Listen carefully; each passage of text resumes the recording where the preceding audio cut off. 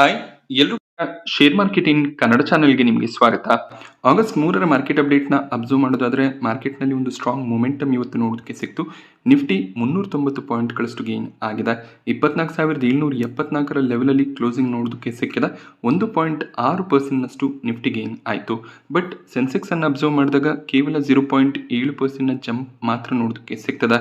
So ನಿಫ್ಟಿಯ 50 ಸ್ಟಾಕ್ಗಳೇ ಸೆನ್ಸೆಕ್ಸ್ನ part ಕೂಡ ಆಗಿರುತ್ತೆ. So ಸೆನ್ಸೆಕ್ಸ್ನಲ್ಲಿ ಕೇವಲ 30 ಸ್ಟಾಕ್ಸ್ ಇರುತ್ತೆ. ಆ 30 ಸ್ಟಾಕ್ಗಳು ನಿಫ್ಟಿ 50ಯ ಪಾರ್ಟ್ ಕೂಡ ಆಗಿರುತ್ತೆ. ಸೊ ನಿಫ್ಟಿಯಲ್ಲಿ ಈ ರೀತಿ ಒಂದು ಜಂಪ್ ಬಂದಿದೆ ಅಂದರೆ ಸೆನ್ಸೆಕ್ಸಲ್ಲಿ ಕೂಡ ಅದೇ ರೀತಿ ಒಂದು ಜಂಪ್ ಬರಬೇಕಾಗಿತ್ತು. ಬಟ್ ನಿಫ್ಟಿಯ ಚಾರ್ಟನ್ನು ಅಬ್ಸರ್ವ್ ಮಾಡಿದಾಗ 3.15ರ ನಂತರ 200 ಪಾಯಿಂಟ್ಗಳ ಜಂಪ್ ನಿಫ್ಟಿಯಲ್ಲಿ ನೋಡೋದಕ್ಕೆ ಸಿಕ್ಕಿದೆ. ಬಟ್ ಆ ರೀತಿಯ ಒಂದು ಜಂಪ್ ಏನಿದೆ ಸೆನ್ಸೆಕ್ಸ್ನಲ್ಲಿ ನೋಡೋದಕ್ಕೆ ಸಿಗಲಿಲ್ಲ. ಇದೇನು ಟ್ರ್ಯಾಕಿಂಗ್ ಎರರ್ ಅಂತ ನಾವು ಅಬ್ಸರ್ವ್ ಮಾಡೋದಾದ್ರೆ ಸೆಬಿ ಹೊಸ ಒಂದು ಟ್ರ್ಯಾಕಿಂಗ್ ಮೆಕ್ಯಾನಿಸಮ್ ಅನ್ನ ಇವತ್ತಿಂದ ಇಂಪ್ಲಿಮೆಂಟ್ ಮಾಡ್ತಿದ್ದಾರೆ. 3.15ರ ನಂತರ F&O ಎಲಿಜಿಬಲ್ ಸ್ಟಾಕ್ಗಳಲ್ಲಿ ಟ್ರೇಡಿಂಗ್ ಕಂಟಿನ್ಯೂ ಆಗುತ್ತೆ. ಹಾಗೆಯೇ ಆಕ್ಷನ್ನ ಮೂಲಕ ಒಂದು ಪ್ರೈಸ್ ಡಿಟರ್ಮೈನ್ ಆಗುತ್ತೆ. ಆ ಒಂದು ಮೆಕ್ಯಾನಿಸಮ್ ಇವತ್ತು ಇಂಪ್ಲಿಮೆಂಟ್ ಆಗಿರೋದ್ರಿಂದ ಒಂದು ಸಡನ್ ಜಂಪ್ ನಮಗೆ ನಿಫ್ಟಿಯಲ್ಲಿ ನೋಡೋದಕ್ಕೆ ಸಿಕ್ಕಿದೆ. ಹಾಗೆಯೇ ನಾಳೆ ಮಂಗಳವಾರ ನಿಫ್ಟಿಯ ಎಕ್ಸ್ಪೈರಿ ಕೂಡ ಇರುತ್ತೆ. ಒಂದು ಸ್ಟ್ರಾಂಗ್ ಆರ್ಡರ್ಸ್ ಪ್ಲೇಸ್ ಆಗಿರುವಂಥ ಚಾನ್ಸಸ್ ಇದೆ. ಆ ರೀಸನ್ನಿಂದ ಒಂದು ಸಡನ್ ಮೊಮೆಂಟಮ್ 3.15ರಿಂದ 3.30ರ ನಡುವೆ ನೋಡೋದಕ್ಕೆ ಸಿಕ್ತು.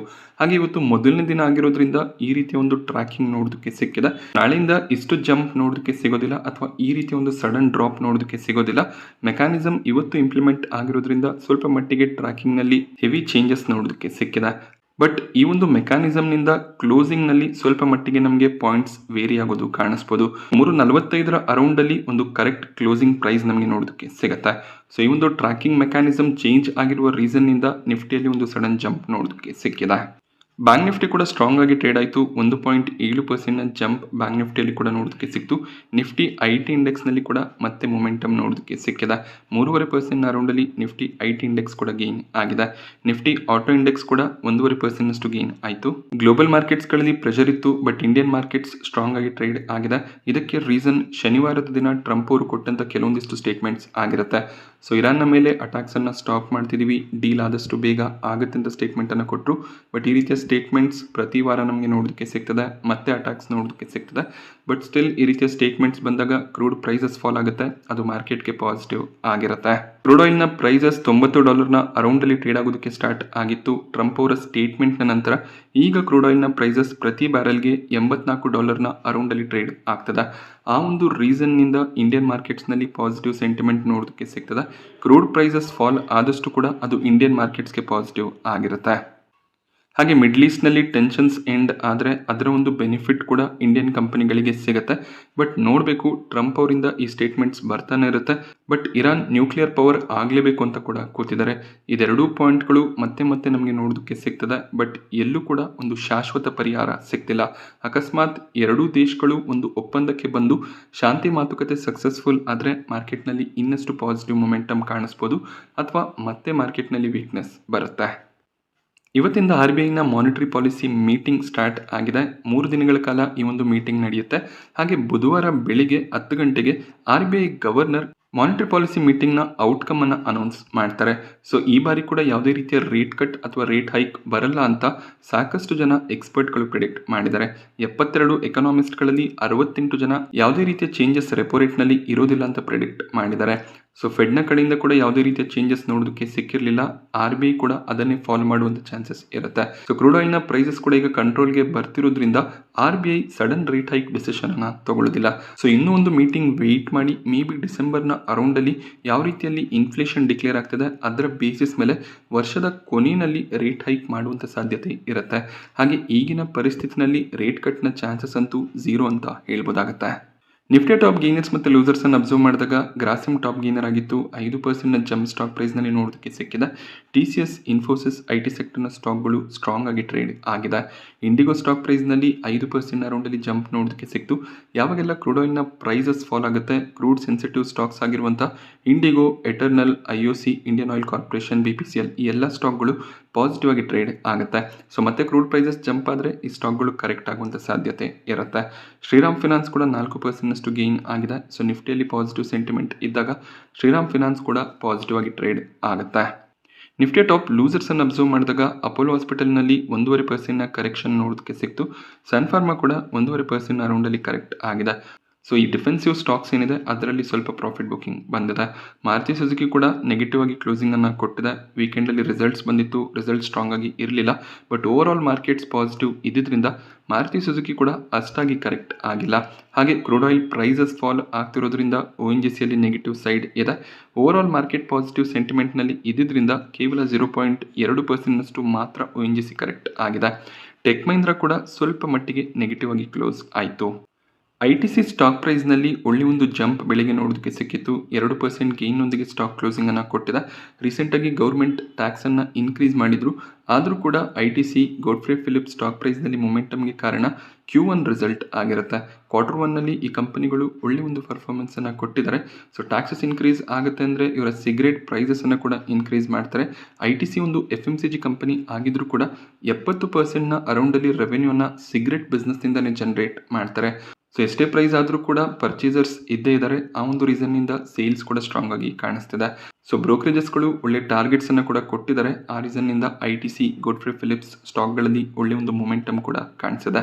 ಹಾಗೆ ಪರ್ಫಾರ್ಮೆನ್ಸ್ ಇದೇ ರೀತಿಯಲ್ಲಿ ಕಂಟಿನ್ಯೂ ಆಗುತ್ತೆ ಅಂತ ಕೂಡ ಸಾಕಷ್ಟು ಅನಲಿಸ್ಟ್ಗಳು ಪ್ರಿಡಿಕ್ಟ್ ಮಾಡಿದ್ದಾರೆ.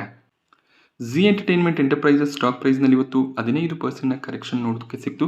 ಇದಕ್ಕೆ ರೀಸನ್ ಸೆಬಿ ಕಡೆಯಿಂದ ಬಂದಂಥ ಆರ್ಡರ್ ಆಗಿರುತ್ತೆ. 2018ರಲ್ಲಿ ಝೀ ಎಂಟರ್ಟೈನ್ಮೆಂಟ್ ಮ್ಯಾನೇಜ್ಮೆಂಟ್ನಲ್ಲಿರುವಂಥ ಸುಭಾಷ್ ಚಂದ್ರ ಹಾಗೆಯೇ ಪುನೀತ್ ಗೋಯಂಕಾ ಅವರು ಹೈದರಾಬಾದ್ನ ಒಂದು ಲ್ಯಾಂಡನ್ನು ಪ್ಲೆಡ್ಜ್ ಮಾಡಿ ಇನ್ನೊಂದು ಪ್ರಮೋಟರ್ ಎಂಟಿಟಿಗೆ ಲೋನನ್ನು ಕೊಡಿಸಿದ್ದಾರೆ. ಸೊ ಈ ರೀತಿಯಲ್ಲಿ ಮಾಡೋದು ತಪ್ಪಾಗಿರುತ್ತೆ. ಅದಕ್ಕೆ ಸೆಬಿ ಅಥವಾ NSE BSE ಅಪ್ರೂವಲ್ ಇರಬೇಕಾಗುತ್ತೆ. ಎಕ್ಸ್ಚೇಂಜಸ್ಗೆ ಮಾಹಿತಿ ಕೊಡದೆ ಈ ರೀತಿಯಲ್ಲಿ ಪ್ಲೆಡ್ಜಿಂಗನ್ನು ಮಾಡಿದ್ರೆ ಅದಕ್ಕೆ ಸೆಬಿ ಆಕ್ಷನ್ ಆಗುತ್ತೆ.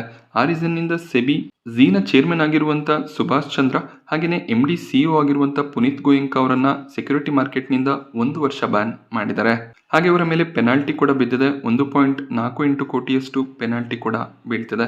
ಸೊ ಈ ಒಂದು ನ್ಯೂಸ್ನಿಂದ ಝೀ ಸ್ಟಾಕ್ ಪ್ರೈಸ್ನಲ್ಲಿ ವೀಕ್ನೆಸ್ ಕಾಣಿಸಿದೆ. ಸೊ ಝೀನಲ್ಲಿ ಈ ರೀತಿ ಒಂದು ಮ್ಯಾನೇಜ್ಮೆಂಟ್ ರಿಲೇಟೆಡ್ ನ್ಯೂಸ್ಗಳು ಆಗಾಗ ಬರ್ತಿರುತ್ತೆ.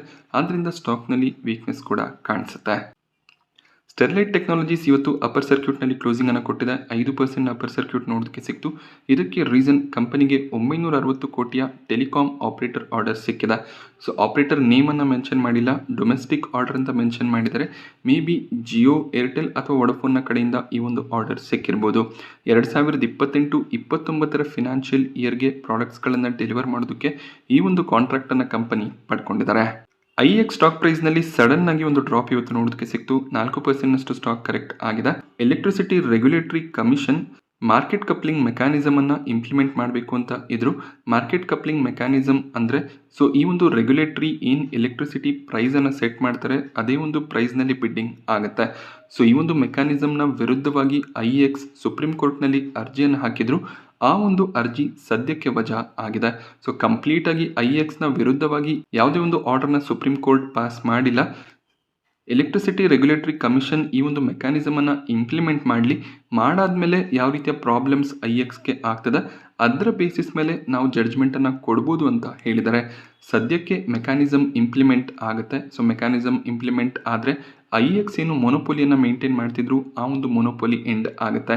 ಆ ರೀಸನ್ನಿಂದ ಸ್ಟಾಕ್ ಪ್ರೈಸ್ನಲ್ಲಿ ವೀಕ್ನೆಸ್ ಬಂದಿದೆ. ಸೊ ಈ ಒಂದು ಮಾರ್ಕೆಟ್ ಮೆಕ್ಯಾನಿಸಮ್ ರಿಲೇಟೆಡ್ ನ್ಯೂಸ್ನಿಂದನೇ ಸ್ಟಾಕ್ ಹೈಯರ್ ಲೆವೆಲ್ನಿಂದ ಸಾಕಷ್ಟು ಕರೆಕ್ಟ್ ಆಗಿದೆ. ಮೊಬಿಕ್ವಿಕ್ ಕಂಪನಿ ಕಂಟಿನ್ಯೂಸ್ ಲಾಸನ್ನು ಡಿಕ್ಲೇರ್ ಮಾಡ್ತಿದ್ರು. ಈ ಕ್ವಾರ್ಟರ್ನಲ್ಲಿ 7.5 ಕೋಟಿಯ ಪ್ರಾಫಿಟ್ ಡಿಕ್ಲೇರ್ ಆಗಿದೆ. ಸೊ ಮಾರ್ಕೆಟ್ನಲ್ಲಿ ಲಿಸ್ಟ್ ಆದಮೇಲೆ ಪ್ರಾಫಿಟೇಬಲ್ ಆಗಲೇಬೇಕಾಗುತ್ತೆ. ಸೊ ಪ್ರಾಫಿಟೇಬಲ್ ಆಗಿರುವ ರೀಸನ್ನಿಂದ ಸ್ಟಾಕ್ ಇವತ್ತು ಪಾಸಿಟಿವ್ ರಿಯಾಕ್ಷನನ್ನು ಕೊಟ್ಟಿದೆ. 4% ಜಂಪ್ ನೋಡೋದಕ್ಕೆ ಸಿಕ್ಕಿದೆ. ಸ್ವಿಗ್ಗಿ ಹಾಗೆ ಇನ್ನೇನು ಲಾಸ್ ಮೇಕಿಂಗ್ ಬಿಸ್ನೆಸಸ್ ಇದೆ ಆ ಎಲ್ಲ ಬಿಸ್ನೆಸಸ್ಗಳು ಒಂದಲ್ಲ ಒಂದು ದಿನ ಪ್ರಾಫಿಟೇಬಲ್ ಆಗೋ ಬಗ್ಗೆ ಯೋಚನೆ ಮಾಡಬೇಕಾಗತ್ತೆ. ಲಾಸ್ನಲ್ಲೇ ಇದ್ದರೆ ಸ್ಟಾಕ್ನಲ್ಲಿ ಮೊಮೆಂಟಮ್ ಇರೋದಿಲ್ಲ. ಸೊ ಬಿಸ್ನೆಸ್ಸನ್ನು ನೋಡಿಕೊಂಡು ಸ್ವಲ್ಪ ಜನ ಇನ್ವೆಸ್ಟ್ಮೆಂಟನ್ನು ಮಾಡ್ಬೋದು. ಬಟ್ ಕಂಟಿನ್ಯೂಸ್ ಲಾಸ್ ಬರ್ತಾ ಹೋದಾಗ ಸಾಕಷ್ಟು ಜನ ಎಕ್ಸಿಟ್ ಆಗುವಂಥ ಸಾಧ್ಯತೆಗಳು ಇದ್ದೇ ಇರುತ್ತೆ. ಆದ್ದರಿಂದ ಈ ಬಿಸ್ನೆಸಸ್ಗಳು ಯಾವ ರೀತಿಯಲ್ಲಿ ಎಕ್ಸ್ಪೆನ್ಸಸ್ ಕಡಿಮೆ ಮಾಡೋದು ಹಾಗೆ ಪ್ರಾಫಿಟೇಬಲ್ ಆಗೋದು ಅದ್ರ ಬಗ್ಗೆ ಯೋಚನೆ ಮಾಡಬೇಕು. ಸೊ Paytm, Zomato ಅವೆಲ್ಲ ಕಂಪನಿಗಳು ಕೂಡ ಇದೇ ರೀತಿಯಲ್ಲಿ ಯೋಚನೆ ಮಾಡಿ ಈಗ ಪ್ರಾಫಿಟೇಬಲ್ ಆಗ್ತದೆ. HFCL ಸ್ಟಾಕ್ ಪ್ರೈಸ್ನಲ್ಲಿ ಒಳ್ಳೆಯ ಒಂದು ಮೊಮೆಂಟಮ್ ಇವತ್ತು ಕೂಡ ನೋಡೋದಕ್ಕೆ ಸಿಕ್ತು. ಸ್ಟಾಕ್ ಆಲ್ಮೋಸ್ಟ್ ಲೋವರ್ ಲೆವೆಲ್ಗಳಿಂದ 70-80% ಜಂಪ್ ಆಗಿದೆ. ಹಾಗೆಯೇ 26,665 ಕೋಟಿಯ ಆರ್ಡರ್ ಬುಕ್ಕನ್ನು ಕೂಡ ಮೇಂಟೈನ್ ಮಾಡ್ತಿದ್ದಾರೆ. ಈಗ ಕೂಡ 522 ಕೋಟಿಯ ಎಕ್ಸ್ಪೋರ್ಟ್ ಆರ್ಡರ್ ಕಂಪನಿಗೆ ಸಿಕ್ಕಿದೆ. ಈ ನ್ಯೂಸ್ನಿಂದ ಸ್ಟಾಕ್ ಸ್ಟ್ರಾಂಗ್ ಆಗಿ ಗೇನ್ ಆಗ್ತದೆ. ಬಟ್ ಸ್ಟಾಕ್ನಲ್ಲಿ ತುಂಬಾ ಮೊಮೆಂಟಮ್ ಇದೆ. ಹೈಯರ್ ಲೆವೆಲಲ್ಲಿ ಸ್ವಲ್ಪ ಕೇರ್ಫುಲ್ ಆಗಿ ಡಿಸಿಷನ್ಸ್ ತಗೋಬೇಕು. ಝೆಪ್ಟೋ IPO ತರುವಂಥ ಪ್ಲಾನ್ಸನ್ನು ಮಾಡ್ತಿದ್ರು. $5 ಬಿಲಿಯನ್ ವ್ಯಾಲ್ಯೂಷನ್ನೊಂದಿಗೆ IPO ಬರುತ್ತೆ ಅನ್ನುವಂಥ ನ್ಯೂಸ್ ಇತ್ತು. ಅದಾದಮೇಲೆ ಸಡನ್ ಆಗಿ $3.5 ಬಿಲಿಯನ್ ವ್ಯಾಲ್ಯೂಷನನ್ನು ಕಡಿಮೆ ಮಾಡ್ತಿದ್ದೀವಿ ಅಂತ ಝೆಪ್ಟೋ ಕಡೆಯಿಂದ ಕನ್ಫರ್ಮೇಷನ್ಸ್ ಬಂತು. ಆ ರೀಸನ್ನಿಂದ ಅನ್ಲಿಸ್ಟೆಡ್ ಮಾರ್ಕೆಟ್ನಲ್ಲಿ ಏನು ಕಂಪನಿಯ ಸ್ಟಾಕ್ ಟ್ರೇಡ್ ಆಗ್ತದೆ, ಸ್ಟಾಕ್ ಪ್ರೈಸ್ನಲ್ಲಿ ಕೇವಲ 5 ದಿನಗಳಲ್ಲಿ 23% ಕರೆಕ್ಷನ್ ಅನ್ಲಿಸ್ಟೆಡ್ ಸ್ಟಾಕ್ನಲ್ಲಿ ನೋಡೋದಕ್ಕೆ ಸಿಕ್ಕಿದೆ. ಈ ರೀತಿಯ ನೆಗೆಟಿವ್ ನ್ಯೂಸ್ಗಳು ಬಂದಾಗ ಸ್ಟಾಕ್ನಲ್ಲಿ ಸ್ವಲ್ಪ ಮಟ್ಟಿಗೆ ನೆಗೆಟಿವ್ ಸೈಡ್ ನೋಡೋದಕ್ಕೆ ಸಿಗುತ್ತೆ. ವ್ಯಾಲ್ಯೂಷನ್ ಹೈಯರ್ ಲೆವೆಲಲ್ಲಿ ಇದೆ ಅಂತ ಸ್ಟಾಕ್ನಲ್ಲಿ ಮೊಮೆಂಟಮ್ ಬಂದಿತ್ತು. ಬಟ್ ಈಗ ವ್ಯಾಲ್ಯೂಷನ್ ಮ್ಯಾನೇಜ್ಮೆಂಟ್ನ ಕಡೆಯಿಂದನೇ ಕಡಿಮೆ ಆಗಿರೋದ್ರಿಂದ ಅನ್ಲಿಸ್ಟೆಡ್ ಮಾರ್ಕೆಟ್ನಲ್ಲಿ ಕೂಡ ಸ್ವಲ್ಪ ವ್ಯತ್ಯಾಸ ಕಾಣಿಸ್ತಿದೆ. ನಾವು ಯಾವಾಗ ಅನ್ಲಿಸ್ಟೆಡ್ ಸ್ಟಾಕ್ಗಳಲ್ಲಿ ಇನ್ವೆಸ್ಟ್ಮೆಂಟನ್ನು ಮಾಡ್ತೀವಿ, ಲಿಸ್ಟ್ ಆದಮೇಲೆ ಸ್ಟಾಕ್ ಸ್ಟ್ರಾಂಗ್ ಆಗಿ ಗೇನ್ ಆಗುತ್ತೆ ಅನ್ನುವಂಥ ಹೋಪನ್ನು ಇಟ್ಕೊಂಡಿರ್ತೀವಿ. ಬಟ್ ಮ್ಯಾನೇಜ್ಮೆಂಟ್ ಈ ರೀತಿಯ ಡಿಸಿಷನ್ಸ್ಗಳನ್ನು ತೊಗೊಂಡಾಗ ಸ್ವಲ್ಪ ಮಟ್ಟಿಗೆ ಇಂಪ್ಯಾಕ್ಟ್ ಸ್ಟಾಕ್ನಲ್ಲಿ ಇರುತ್ತೆ. ಅದು ಮಾರ್ಕೆಟ್ನಲ್ಲಿ ಲಿಸ್ಟ್ ಆದಂಥ ಕಂಪನೀಸ್ ಆಗಿರ್ಬೋದು, ಅನ್ಲಿಸ್ಟೆಡ್ ಸ್ಟಾಕ್ಸ್ ಆಗಿರ್ಬೋದು. IPOಗಳ ವಿಚಾರಕ್ಕೆ ಬಂದಾಗ ಮಣಿಪಾಲ್ ಹಾಸ್ಪಿಟಲ್ಸ್ ಬುಧವಾರ ಲಿಸ್ಟ್ ಆಗ್ತದೆ. ಗ್ರೇ ಮಾರ್ಕೆಟ್ ಪ್ರೀಮಿಯಂ ನೆಗೆಟಿವ್ ಇದೆ. ಒಂದು ಫ್ಲಾಟ್ ಅಥವಾ ನೆಗೆಟಿವ್ ಲಿಸ್ಟಿಂಗ್ನ ಎಕ್ಸ್ಪೆಕ್ಟೇಷನ್ನೇ ಕಾಣಿಸ್ತದೆ. ಜುನಿಪರ್ ಗ್ರೀನ್ ಎನರ್ಜಿಯಲ್ಲಿ ಕೊನೆ ದಿನದ ಸಬ್ಸ್ಕ್ರಿಪ್ಷನ್ ಎಂಡ್ ಆಯಿತು. ಕೇವಲ ₹4 ಪ್ರೀಮಿಯಂ ಇದೆ. ಹೆಚ್ಚಿನ ಒಂದು ಲಿಸ್ಟಿಂಗ್ ಗೇನ್ನ ಎಕ್ಸ್ಪೆಕ್ಟೇಷನ್ ಇಲ್ಲ. ರಿಟೇಲ್ ಕ್ಯಾಟಗರಿ ಒಂದು ಟೈಮ್ನ ರೌಂಡಲ್ಲಿ ಸಬ್ಸ್ಕ್ರೈಬ್ ಆಗಿದೆ. ಬಟ್ QIBs ಒಳ್ಳೆ ಒಂದು ಸಬ್ಸ್ಕ್ರಿಪ್ಷನ್ನ ಮಾಡಿಕೊಂಡ್ರು. 26 ಟೈಮ್ನ ಸಬ್ಸ್ಕ್ರಿಪ್ಷನ್ ಬಂದಿದೆ. HNI ಕ್ಯಾಟಗರಿ ಕೂಡ ಕೇವಲ 2 ಟೈಮ್ನ ರೌಂಡಲ್ಲಿ ಸಬ್ಸ್ಕ್ರೈಬ್ ಆಗಿದೆ. ಸ್ವಲ್ಪ ಮಟ್ಟಿಗೆ ಪಾಸಿಟಿವ್ ಆಗಿ ಸ್ಟಾಕ್ ಕ್ಲೋಸ್ ಆಗ್ಬೋದು. ಗ್ರೀನ್ ಎನರ್ಜಿ ಸೆಗ್ಮೆಂಟಲ್ಲಿ ಕೆಲಸ ಮಾಡುವಂಥ ಕಂಪನಿ ಆಗಿರುತ್ತೆ. ಹಾಗೆ MV ಎಲೆಕ್ಟ್ರೋ ಸಿಸ್ಟಮ್ನಲ್ಲಿ ಒಳ್ಳೆ ಒಂದು ಸಬ್ಸ್ಕ್ರಿಪ್ಷನ್ಸ್ ನೋಡೋದಕ್ಕೆ ಸಿಕ್ಕಿದೆ. ರಿಟೇಲ್ ಕ್ಯಾಟಗರಿ 218 ಟೈಮ್ ಸಬ್ಸ್ಕ್ರೈಬ್ ಆಗ್ತದೆ. QIB ಕ್ಯಾಟಗರಿ 96 ಟೈಮ್ ಸಬ್ಸ್ಕ್ರೈಬ್ ಆಯಿತು. HNI ಕ್ಯಾಟಗರಿ 400 ಟೈಮ್ನ ರೌಂಡಲ್ಲಿ ಸಬ್ಸ್ಕ್ರೈಬ್ ಆಗಿದೆ. ಗ್ರೇ ಮಾರ್ಕೆಟ್ ಪ್ರೀಮಿಯಂ ಸ್ವಲ್ಪ ಡ್ರಾಪ್ ಆಗಿದೆ. ₹100 ಪ್ರೀಮಿಯಂ ಕಾಣಿಸ್ತಿದ್ದು ಈಗಲೂ ಕೂಡ ₹3,400 ಪ್ರಾಫಿಟ್ ಎಕ್ಸ್ಪೆಕ್ಟೇಷನ್ ಇದೆ. ಬಟ್ QIB ಕ್ಯಾಟಗರಿಯಲ್ಲಿ ಎಕ್ಸ್ಪೆಕ್ಟೇಷನ್ ರೀತಿಯಲ್ಲಿ ಸಬ್ಸ್ಕ್ರಿಪ್ಷನ್ಸ್ ಬಂದಿಲ್ಲ. ಮೇ ಬಿ ಸ್ವಲ್ಪ ಮಟ್ಟಿಗೆ GMP ಫಾಲ್ ಆಗ್ಬೋದು. ಬಟ್ ಸ್ಟಿಲ್ ಒಳ್ಳೆ ಒಂದು ಪಾಸಿಟಿವ್ ಲಿಸ್ಟಿಂಗ್ನ ಎಕ್ಸ್ಪೆಕ್ಟೇಷನ್ ಇರುತ್ತೆ. ನಾನಿವತ್ತು ನಿಮಗೆ ಮಾರ್ಕೆಟ್ನ ಬಗ್ಗೆ ತಿಳಿಸ್ಕೊಟ್ಟಂಥ ಮಾಹಿತಿ ನಿಮ್ಗೆ ಇಷ್ಟ ಆಗುತ್ತೆ ಅಂತ ಅಂದ್ಕೊಂಡಿದ್ದೀನಿ. ಇಷ್ಟ ಆದರೆ ವಿಡಿಯೋನ ಲೈಕ್ ಮಾಡಿ. ಹಾಗೆ ಇದೇ ರೀತಿಯ ಮಾರ್ಕೆಟ್ ಅಪ್ಡೇಟ್ಸ್ಗಳಿಗೆ ಚಾನಲ್ನ ಸಬ್ಸ್ಕ್ರೈಬ್ ಮಾಡ್ಕೊಳ್ಳಿ. Thank you friends.